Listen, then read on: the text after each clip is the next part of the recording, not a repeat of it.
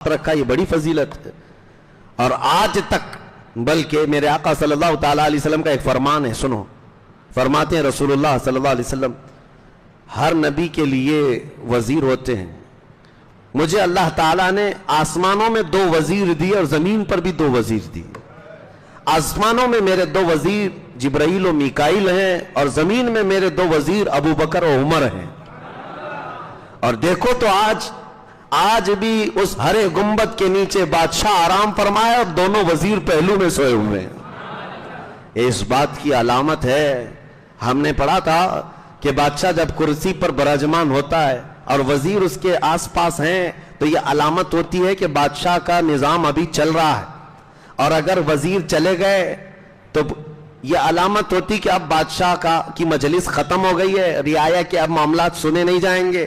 جب تک وزیر اگل بغل ہوتے ہیں یہ علامت ہوتی ہے کہ رعایا کے معاملات سنے جائیں گے، ابھی نظام چل رہا ہے۔ قربان جاؤ اس حسین گنبد خضرا کی چھاؤں کے نیچے بادشاہ اعظم بھی آرام فرمایا اور پہلو میں دونوں وزیر بھی ہیں۔ یہ اس بات کی علامت ہے کہ نظام بھی چل رہا ہے اور رعایا کی سنی بھی جا رہی ہے۔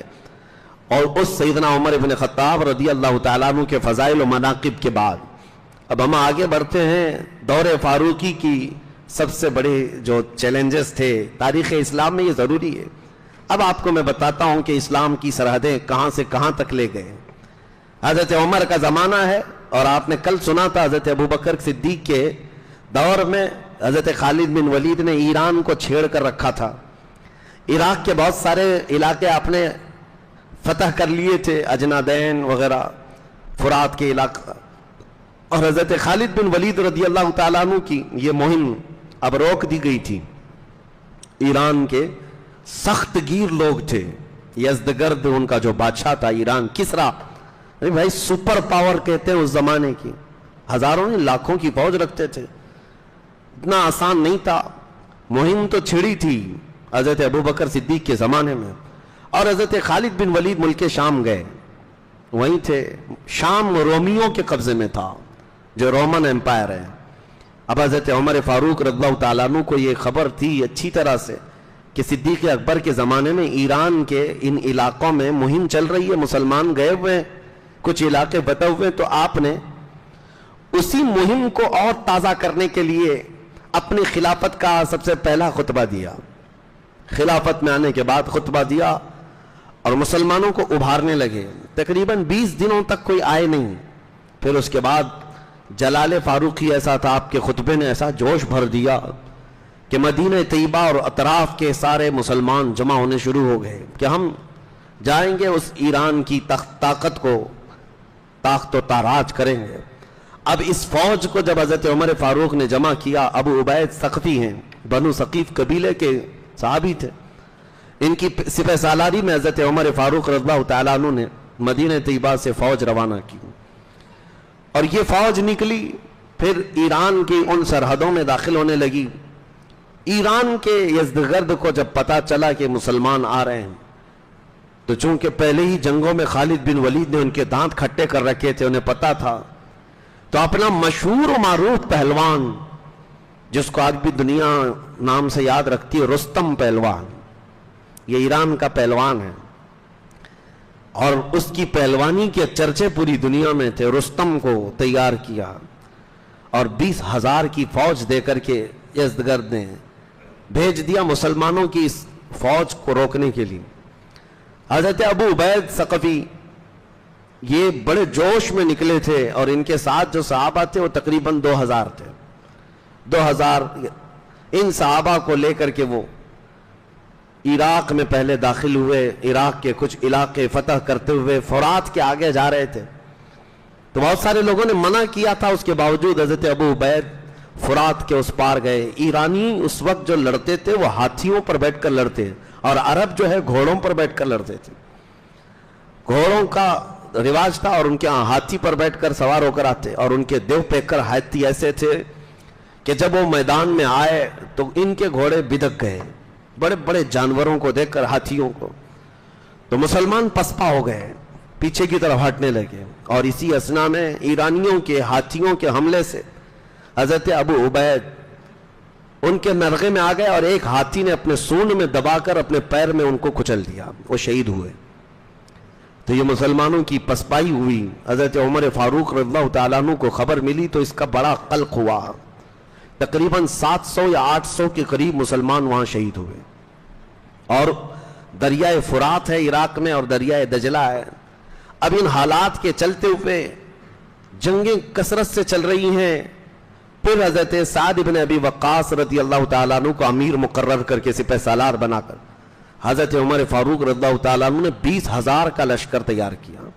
یہ مسلمانوں کا بڑا لشکر تھا جس میں بدری صحابہ تھے، احد کے صحابہ تھے، فتح مکہ کے صحابہ تھے، یہ عظیم صحابہ اور شہزادے صحابہ کے جتنے تھے سب شامل تھے۔ اور اس میں اتنا جوش تھا کہ خود حضرت عمر فاروق دوڑے دوڑے اس جنگ میں آنا چاہتے تھے۔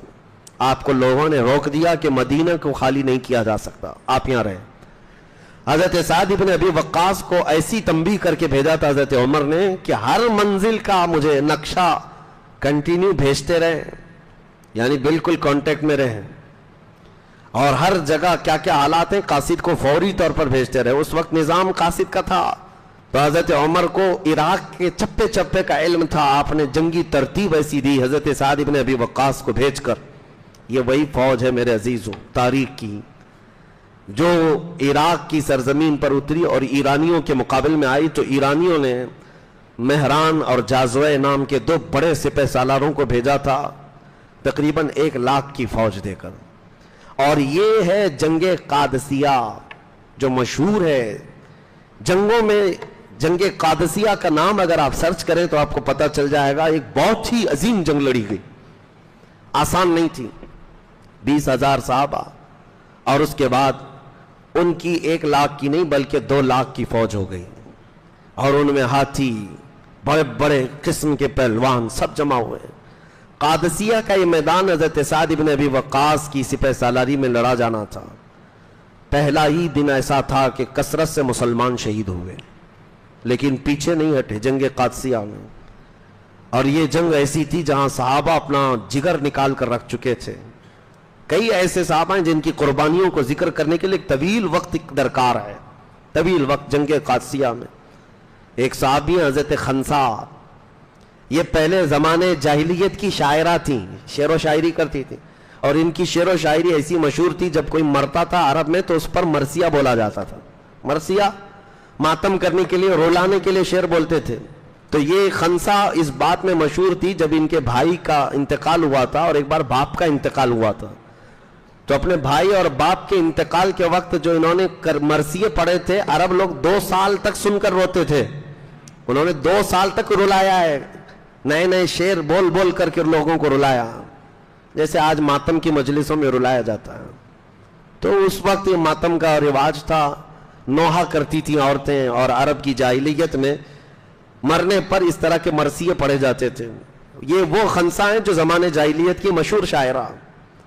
اللہ اکبر، دین اسلام جب کسی کے سینے میں داخل ہوتا ہے تو تبدیلی کیسے آتی ہے۔ یہ وہی خنسا ہے جنگ قادسیہ کے لیے جب مدینے میں صحابہ جمع ہو رہے تھے، یہ خاتون دوڑی دوڑی حضرت عمر کے پاس آئی اور کہا میرے 4 بیٹے ہیں، میں چاروں کو بھیجنا چاہتی ہوں۔ 4 لڑکے ہیں۔ لوگوں نے تو یہ دیکھا حضرت خنسا صحابیاں ایمان لا چکی ہیں، 4 جوان بیٹوں کا ہاتھ پکڑ کر کے جنگ میں لے آئی تھیں۔ اب یہ مرثیے کے شعر نہیں پڑھتی تھیں، غم کے اشعار نہیں پڑھتی تھیں، بلکہ جب مجاہدین میدان میں اترتے تھے ان کو جوش دلانے کے ایسے اشعار پڑھتی کہ کوئی پیچھے مڑنا بھی پسند نہیں کرتا تھا۔ عورت بول رہی ہے، عورت کے شعر و شاعری ہیں، تو اپنے بیٹوں کو اپنے اشعار سے ایسا مضبوط کر کے میدان میں اتاری تھیں۔ کہاں ہیں وہ مائیں آج بچوں کے لیے خوف زدہ ہوتی ہیں؟ کہاں وہ ماں ہے جو 4 جوان بیٹوں کو میدان میں اتار کر پھر پیچھے کھڑی ہو کر شعر و شاعری بھی کر رہی ہیں، صرف اس بات پر کہ تم دنیا کی اس عظیم قوم سے وابستہ ہو جس کا امیر محمد رسول اللہ ہے، جس کے رسول محمد رسول اللہ ہے۔ وہ اشعار میں ایسی باتیں کہتی۔ اتفاق ایسا ہے کہ اس جنگ قادسیہ میں حضرت خنسا کے 4 بیٹے شہید ہوئے، 4 بیٹے ایک ساتھ انتقال کیے ہیں۔